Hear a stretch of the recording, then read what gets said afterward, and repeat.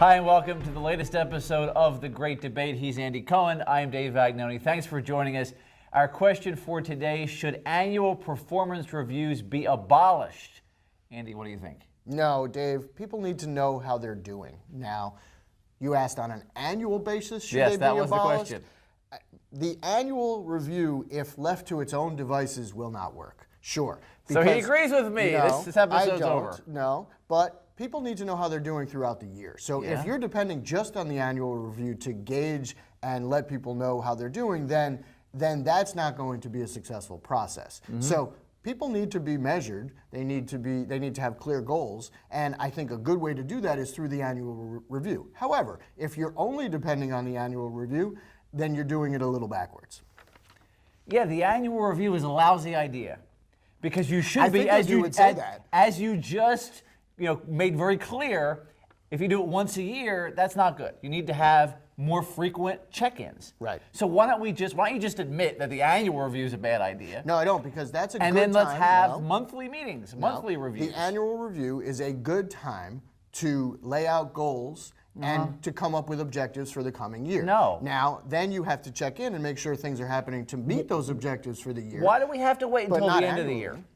Why do we have to wait until this? Why do we have to wait until November 1st? I'm not saying you do. Why can't, if Joe is doing a great job on April 1st, why can't you as a boss say, you know what, Joe, you're doing a great job. It's not the end of the year yet. Here's a $250 bonus for you because you're doing a great job and I appreciate you. Why do we have to wait? Because it's always been done this way, right? That's the answer. Why do we have to wait until the end of the year to have that conversation if Joe's doing a great job? Why? Well, you shouldn't wait. That's my point. You shouldn't be waiting until the end of the year, but that end of the year process is a good way to look back and look forward in a formal way. Yeah. There's nothing wrong with that. There's nothing wrong with, in a formal way, sitting down with employees and saying, we did this, this, and this, awesome, we still need to focus on that, and that's what we're going to do in the coming year. Employees hate annual performance reviews. Managers hate, yes, the surveys show that very clearly. Yes, they do. Hey, managers hate them because they have to do all this paperwork. Employees hate them because they have this goal process and then they fulfill their goals and they get a 2% raise. And then you come up with goals as a boss and then the employee's like, okay, this sounds great. They go back to their desk and I'm going to do all these goals and do more work and I'm going to get a 2% raise again next year. So who's liking this process? That's why I'm saying if you do check-ins, progressive companies have these check-ins where if, like I said, an employee is doing really well early in the year and they just had a great couple of months, you should be able to reward them as a boss. That makes you feel good as a boss, right? It makes the employee feel more appreciated. There's no reason to have the annual, one-time annual performance review and make that the be-all and end-all for an employee. And there's a reason why, besides what we've talked about. What if you're dealing with a lousy employee, right? Let's say Jack is a lousy employee.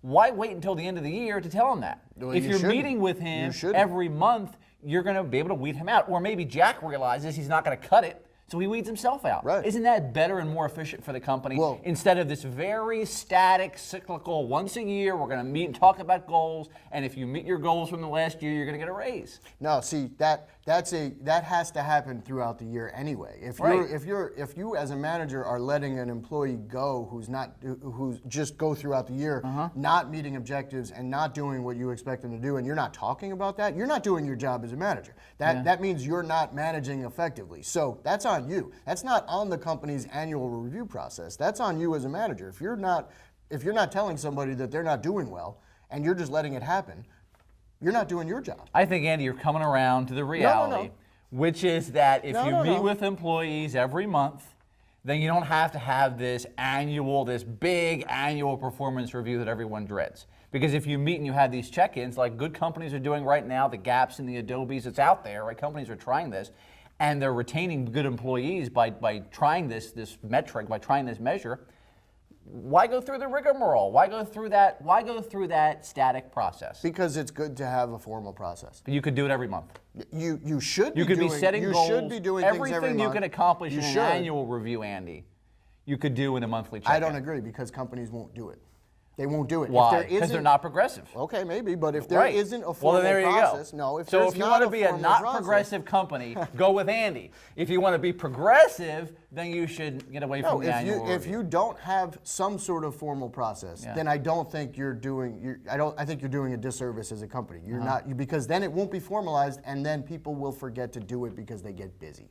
You have to do something. You have to do something on a formalized basis, and if it's not done, then it's not going to happen. Yeah, I think it can be formalized at different points throughout the year. I don't think it only needs to be formalized in November and December. Well, I agree with that, but I think you do need the annual to run that process. Yeah, I'll have 6 times a year. You can have your 1 time a year, and go ahead. My company is going up and up. All right, Andy says 1 time is great. 1 annual performance review is the way to go.